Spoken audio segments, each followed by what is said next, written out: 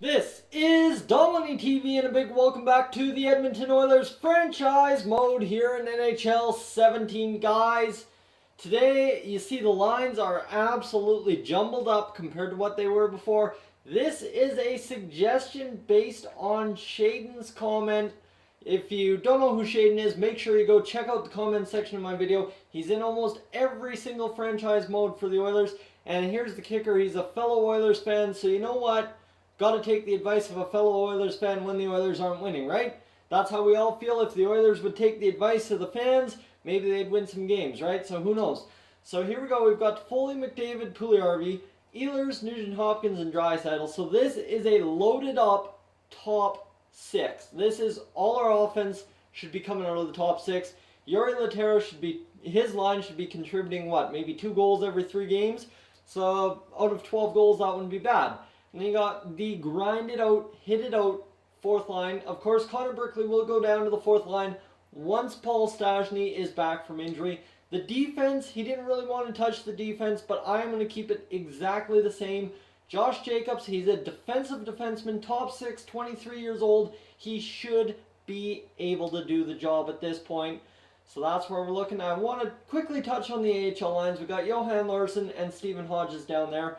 And then you got Volniak, Yas, Keating, and Benson. I'm actually going to flip-flop Yas and Iginla, who is still rated as a bottom 6 forward. He should grow up to about 80 by next season, so he should be good. Vitaly Yakupov, low bottom 6. He's just doing his own thing down there. Jose Wall, Donald Trump's favorite NHL player, is 70 overall, bottom 6, so he's on that line. And we've got our medium top 6 potential forward here, Raymond Kobasu, who's 73. He's playing on the third line. He's actually kind of lit it up for us so far this year. So that's good news for us, at least in the AHL, right? As long as our team's somewhat scoring. I want to take a quick look at where the standings sit. We are 5-10 on the year, so that is absolutely brutal. Our goaltending is great, but the defense and offense could be better. Switch over to the NHL and look at the Oilers' 6th place. Need 5 points to get in where they need to be in the playoffs, so let's go ahead and get through this simulation. The next 6 games and see if Shaedon's comment is the right one here. So against Arizona, the big offensive lines, 15-9-2. We can beat them, I'm sure. And what are we going to get? A 4-3 win. There we go. That's a good start to it against Boston at home. Let's go, Amateur Scout. You got something to say? Let's see who's got what to say. We'll go to the QMJHL and scout defenseman for a month. Against Boston, another victory. 2 straight in a row. There we go against St. Louis. Could we take 3? Yes, we can. Against Florida, can we make it 4? Hey, there you go. Leon Draisaitl's injured. Of course he's injured. So that is the way it seems to go. As soon as we get rolling, somebody gets injured. And you know what? I believe we need to call someone up. So go to roster moves, back to edit lines. Are you sure you would like to leave edit lines? Having invalid lines. Okay, we can risk those line changes. So now we got to call up an AHL player, and I'm not going to call up any of those young or older guys. We're going to call up a young guy in Volniak, who is our best player down there in the AHL. We'll call him up and see if he can't come in and make an impact on the fourth line for us. Pick up his first NHL point ever. So let's get Pat Maroon in there, let's get Eric Condra in there, and let's get Volniak in there for just the time being. He's a right winger, he's young, he's scrappy, he's good, he's a two-way forward, just the kind of forwards I like, right? Best lines down there in the AHL, that will do it for me. Against Florida, what are we going to get? Another victory, 4-2, and we are back to 14-2. That's 500 on the year. Ottawa, if we can win or lose, that's an OT loss. I will take that. And then we've got Detroit, and Leon Draisaitl is back, ready to return. So we'll get Draisaitl in there. How did Volniak do in his games? He had 2 penalty minutes, a -1, and 3 shots on goal. So that's not exactly where we wanted him to be. But that's okay. We will take Leon Draisaitl back in there, get him in. And we will get Pat Maroon and Eric Condra switched around. That should give us, on the power play, Leon Draisaitl back in there. Yes, he is. Perfect. That's what I wanted to make sure of. Dalton Prout, do we want to claim him on waivers? No, thank you. Not at 2.3 mil for a top 6 defenseman. And Detroit, a 2-1 win and a 4-3 loss against Toronto. So these lines, they're working. They're working. That's what counts. So we are 1 point out of a playoff spot at this point of the season. I'm going to take that as a credible good thing. 25 points on the season for Leon Draisaitl, who of course missed 2 games. Caleb Jones, 24 points. As a defenseman, the kid is absolutely fantastic. Nikolai Ehlers up to 22 points. And then you got Yuri Laterra and Connor McDavid both with 20. Nuge with 19. And the offense actually has really picked up the past couple of games. Jesse Puljujarvi up to 18 points on the year, -9 though. This is where it's really bad. That top line is really ugly, and that's a cause for concern to say the least for me. Tyler Foley only 10 points, but he's only played 19 games, so can't complain about him too much. Then you've got a bunch of guys at 0. Niemelainen, McNabb, Volniak, Jacobs still with no points, and then you get Griffin Reinhart and Darnell Nurse with 3 and 4. And Connor Brickley not having the season he had last year for us. He had a very good season for us last year in terms of point scoring, but that does not seem to be the case this year, and he's had time on that third line this year. So let's get through the next 5 games and see how Boston goes. We're visiting Boston this time, and then we got a game against Arizona at home. And what are we going to do? Boston takes it 3-1 at the TD Gardens. That's okay. We are able to not be too concerned about that. So let's see here. Connor Brickley, we'll take you down. Martinook, how many points have you had? You've had 6. Brickley, you've had 5.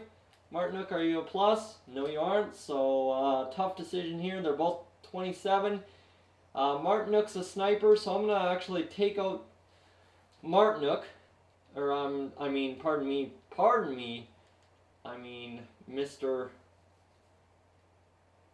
Brickley.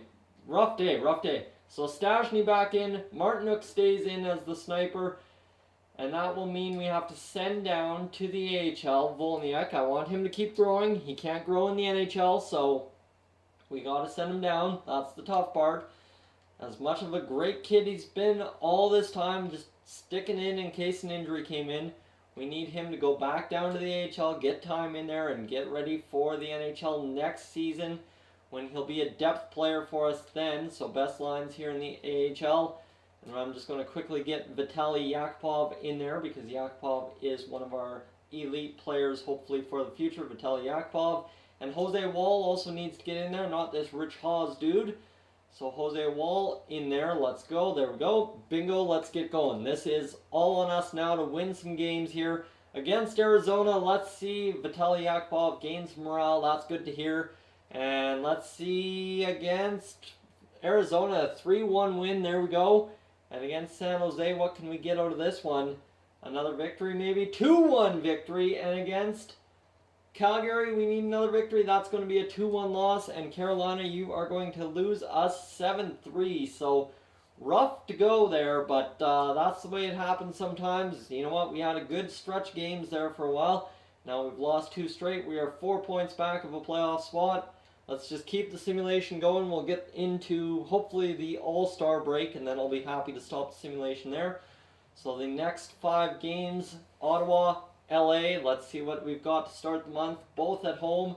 Ottawa, we need a win. This is going to be a big game. They're 23-13-2, and we get an overtime victory. So that is huge. Against Los Angeles, we need another victory. And what do we get? I think we evened up our record. No, we improve. Another OT win. So we're squeaking some victories out here. But they're all rows, so that means a lot to us in terms of going into the playoffs.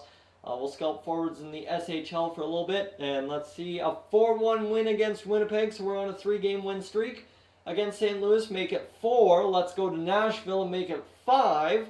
Pro Scout calling, we don't need to worry about trades. There we go, 5 in a row, 3 OT victories. I'm not going to complain about that, but I'm going to say this offense under Shaedon's line scheme is really coming together and really starting to win us some games. Leon Draisaitl, 33 points on the year in 41 games played, and then you got Caleb Jones, a close second at 31 points in 43.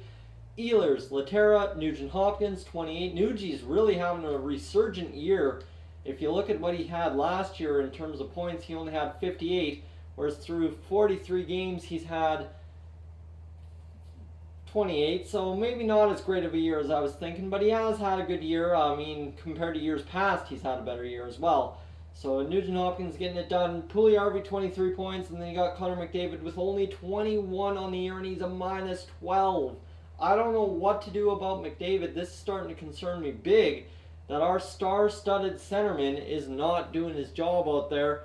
I mean, Paul Stastny 12 points, and then you got Larson, Nurse. Nurse has 10 points. That's huge. He's really come on. Martinook up to 7 points, and then you've got everyone at the bottom. I mean, Jacobs finally a point, but I think our back end, other than Caleb Jones, is really struggling to score points. And maybe it's we need to trade out somebody for Braden McNabb and get somebody better than Josh Jacobs in that sixth role. So I'm going to leave that to you guys in the comments section below. Tell me who we need to go out and acquire. Do we need an offensive defenseman on the bottom six? What do we need?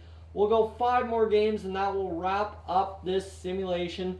Just because we're running up to 11 minutes already, I want to look at the stats one more time. Volniak gained some morale for ice time down there in the AHL. Come on, 6 straight. There we go. Against Colorado, 7 straight.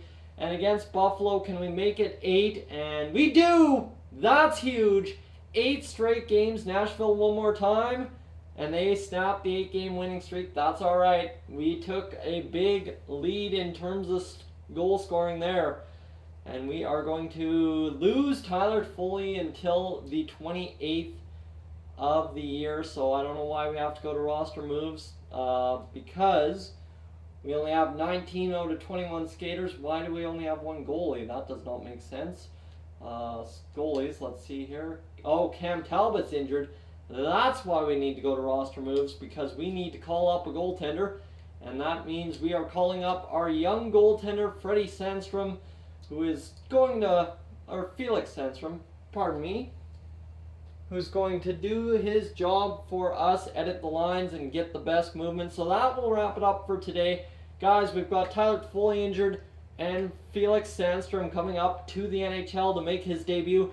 Thank you for tuning in to this edition of the Dolany TV franchise mode here with the Edmonton Oilers. If you're new to the channel, please subscribe. If not, leave a like, and I will catch you guys, as always, in the next one.